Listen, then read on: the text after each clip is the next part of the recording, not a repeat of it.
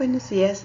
Vamos a iniciar la unidad 2, en la que vamos a hablar de las características que condicionan los sistemas reproductivos en plantas con flores.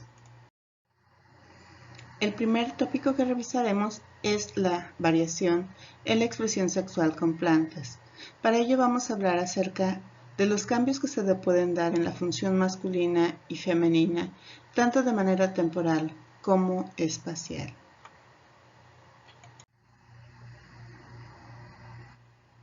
Cuando estudiamos la diversidad floral, se requiere entender a la expresión sexual como una característica funcional más que como una característica morfológica. Es decir, tenemos que ver si la presencia de órganos sexuales se traduce también en la función que tienen. Por ejemplo, en el caso de los estambres, la de donar polen. En esta fotografía podemos ver cómo algunos de los estambres ya no presentan polen y tienen una coloración más oscura, es decir, funcionalmente ya no son machos, mientras que otras anteras están dehiscentes presentando una carga polínica considerable para los polinizadores. Si contextualizamos la expresión sexual dentro del ciclo de la vida de las angiospermas, podemos ver que corresponde a la transición entre el esporofito, cuando la flor madura, y la formación de gametofitos, es decir, la maduración de la microespora en los granos de polen y la maduración del óvulo en el saco embrionario.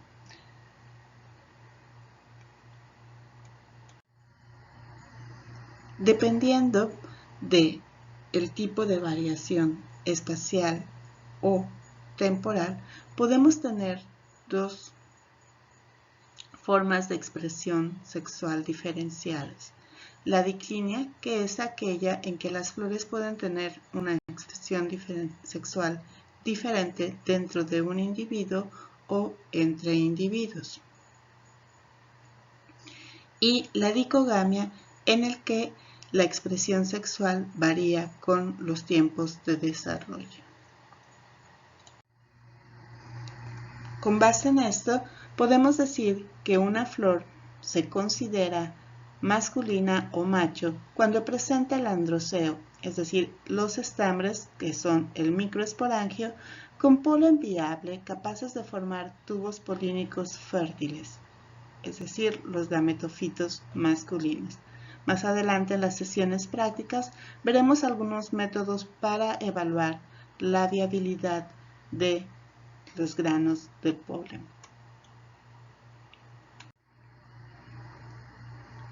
En contraparte, una flor se considera femenina cuando presenta un ginoceo pistilo y los megaesporofilos, que incluyen el estigma, los estilos y el ovario, contienen óvulos, los megaesporangios con los integumentos, es decir, los tejidos que rodean al megaesporangio, que pueden desarrollarse en el saco embrionario, es decir, el gametofito.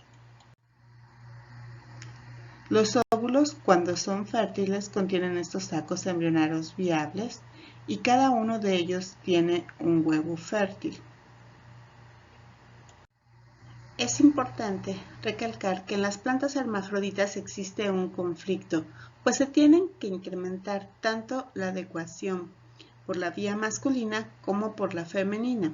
Esto haría que las plantas hermafroditas inviertan más recursos en los órganos masculinos si lo que se busca es transmitir más genes a través del polen, o invertir más recursos a los órganos femeninos para poder transmitir más genes a través del óvulo. La variación en la expresión sexual se caracteriza en comparación con la condición hermafrodita. La definición, por lo tanto, de diclinia sería como la condición en que los individuos dentro de una población presentan variación en esta expresión sexual. es decir, no todos los individuos tienen flores hermafroditas. Bajo este contexto podemos definir dos sistemas sexuales sencillos. El primero es aquel en el que el cambio de una planta hermafrodita, señalada en rojo en estos esquemas, en donde las flores tienen tanto la función femenina como la masculina, tendríamos la presencia de individuos que tienen flores masculinas y femeninas por separado. A este sistema lo conocemos como una planta monoica. En contraparte, podemos tener individuos que presenten solo flores masculinas o solo flores femeninas, y en este caso hablaríamos de especies dioicas. Algunos sistemas sexuales son más complejos, es decir, podemos tener tanto variación a nivel de individuos como dentro de los individuos. Veamos algunos ejemplos con estos esquemas. Nuevamente, nuestra planta hermafrodita está representada en rojo con la presencia de flores masculinas y femeninas. En el caso de plantas que son polígamas monoicas, hablaríamos de plantas que pueden presentar flores hermafroditas, además de flores unisexuales. Se les denomina andromonoicas cuando presentan solamente flores unisexuales masculinas y ginomonoicas cuando presentan flores unisexuales femeninas, como vemos en los esquemas superiores izquierdos en negro. Reconocemos a plantas polígamas dioicas cuando algunos individuos presentan flores unisexuales y otros presentan flores hermafroditas.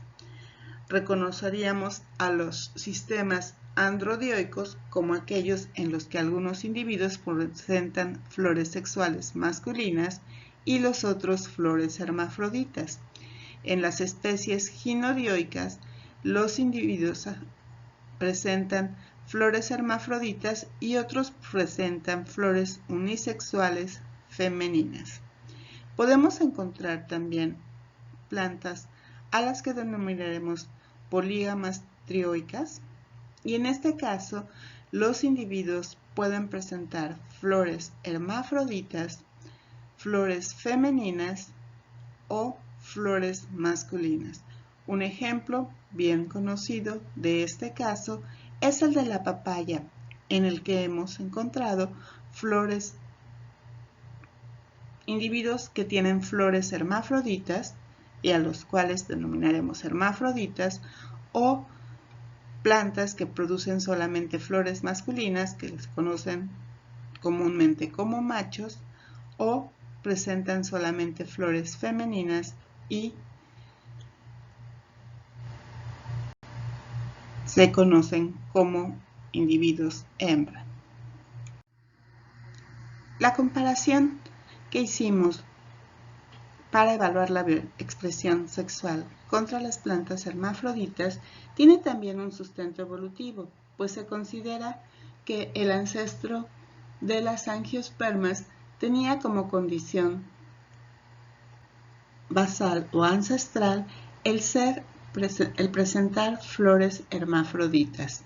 Se sabe también que algunos de los sistemas que observamos, como la monoesía o la ginodioesía, son estados que pueden transitar a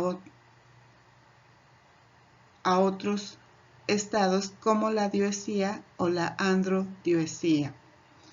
Es decir, en unas poblaciones en donde tengamos tanto individuos ginodioicos como monoicos, la supresión del hermafroditismo y de la producción de macroesporangios femeninos podría llevar eventualmente a la formación de plantas dioicas. Sí, Algunas plantas conservan la función hermafrodita y solo se suprime la condición femenina, podríamos tener a los sistemas androdioicos.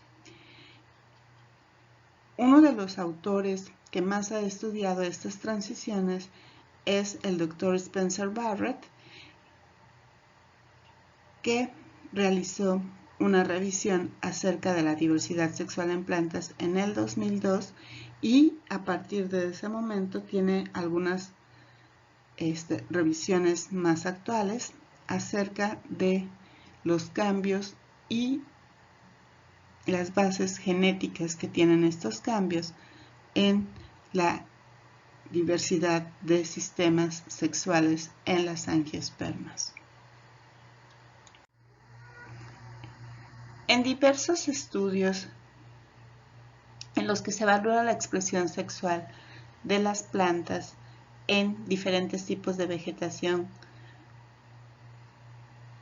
tropicales, se ha visto que la presencia dominante de la expresión sexual es la de ser hermafrodita, la cual podemos encontrar entre un 63% hasta un 70% de plantas, considerándose que en el total de las angiospermas 72% de las plantas podrían ser hermafroditas.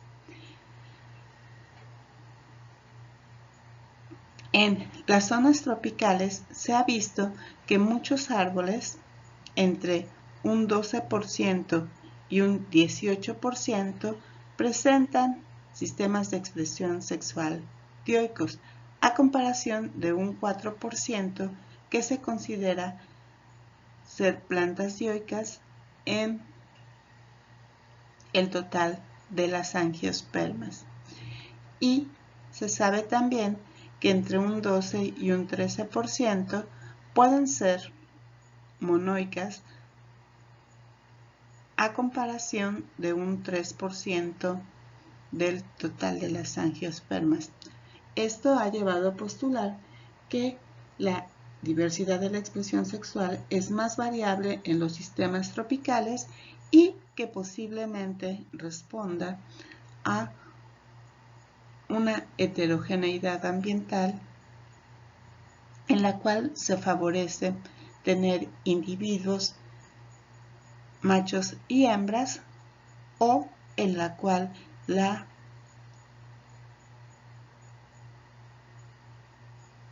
separación de las flores masculinas y femeninas pueden tener una ventaja.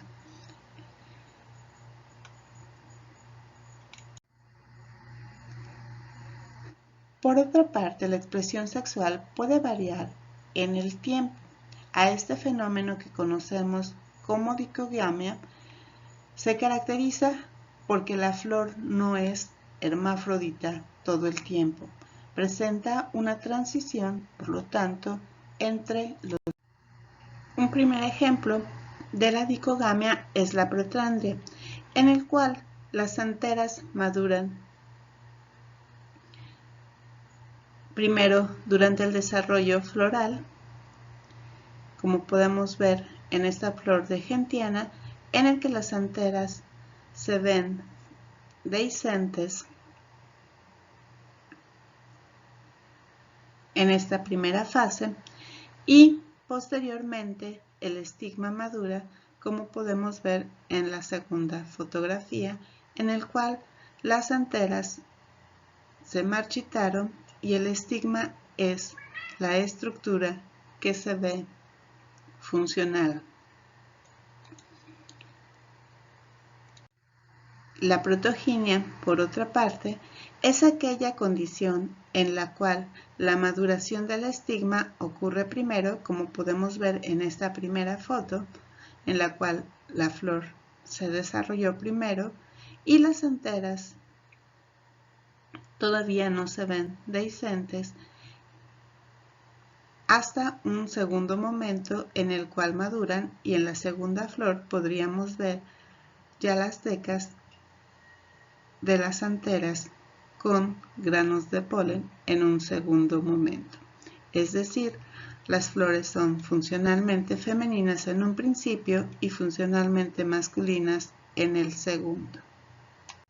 Los ejemplos que vimos de una expresión espacial y temporal diferenciada en las funciones masculinas y femeninas de las plantas pueden evitar un conflicto de interferencia entre las dos funciones sexuales en las plantas hermafroditas.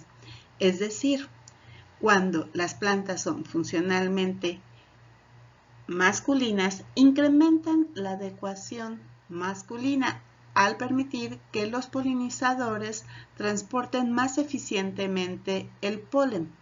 En contraparte, cuando los organismos o las flores son femeninas, se va a incrementar siempre la función femenina, es decir, los sacos embrionarios recibirán granos de polen y podrán transmitir de esta forma sus genes. Adicionalmente, la separación espacial y temporal en la función masculina y femenina previene la posibilidad de que una planta se autopolinice, es decir, si los gametos masculinos y femeninos no maduran al mismo tiempo, la planta no podrá autofecundarse. La autofecundación puede tener como consecuencia la expresión de alelos recesivos deleterios o semideleterios, y esta siempre va a ser mayor cuando haya autofecundación porque se incrementa la homocigosis en cada generación. La mitad de los individuos que se formen van a ser homocigotos para todos los genes, aun cuando el individuo que les dé origen sea heterocigoto.